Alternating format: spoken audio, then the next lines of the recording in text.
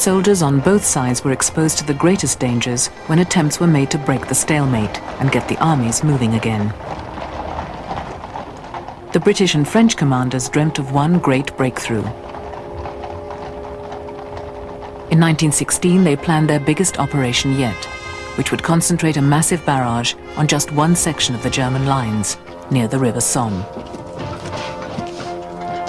1.5 million shells were taken up to the gun batteries in preparation. Shrapnel shells packed with lead balls would rip through flesh and bring maximum casualties. High explosive would smash German bunkers.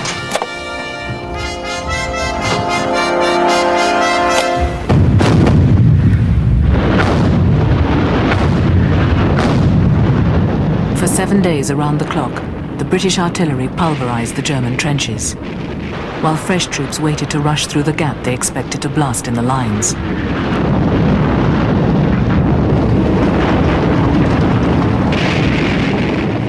The thunder of the barrage was heard on the other side of the English Channel. A British general said, "It's all a question of killing a sufficient number of Boche."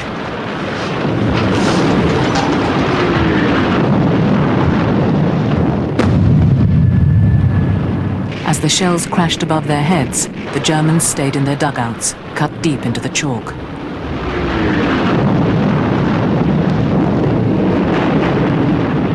To help the artillery hit their targets, aircraft flew over the battlefield.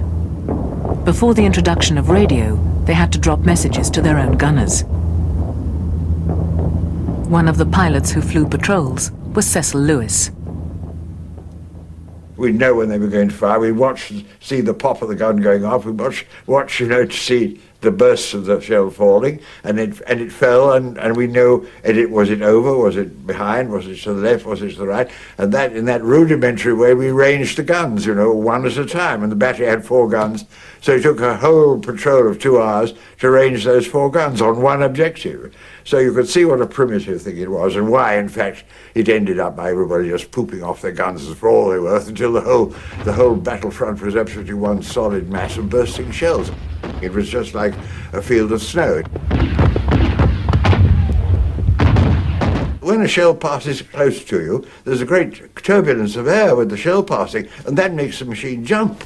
So when your machine jumped or went down, and you knew jolly well it was because you'd just been missed by a shell. After 20,000 tons of shells had rained down on the German positions, the British prepared to attack, confident there'd be no enemy left. One battalion was told, "You can slope arms, light up your pipes, and march all the way to Pozières before meeting any live Germans."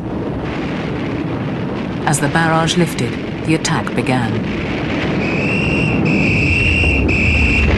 I climbed out, got through the wire, and we're crossing no man's land when machine guns opened out on us, and some of our chaps were dropping down the side of me. 100,000 troops set out, but the shelling had failed to destroy the wire. The Germans came out from their deep dugouts and mowed down the advancing men. "We were surprised to see them walking," a machine gunner said. "We just had to load and reload. You didn't have to aim, you just fired into them." Walter Hare managed to get to the German lines. Kept going, I got to the German barbed wire. I got through that, all right. And jumped into a German trench. We stayed there all that day and the following night. With no food, no water, getting short of ammunition. But one of our chaps from headquarters came forward to us and he said, "Oh, I'm bringing orders for you. You've got to retire to the trenches you left as best you can, get back as best you can."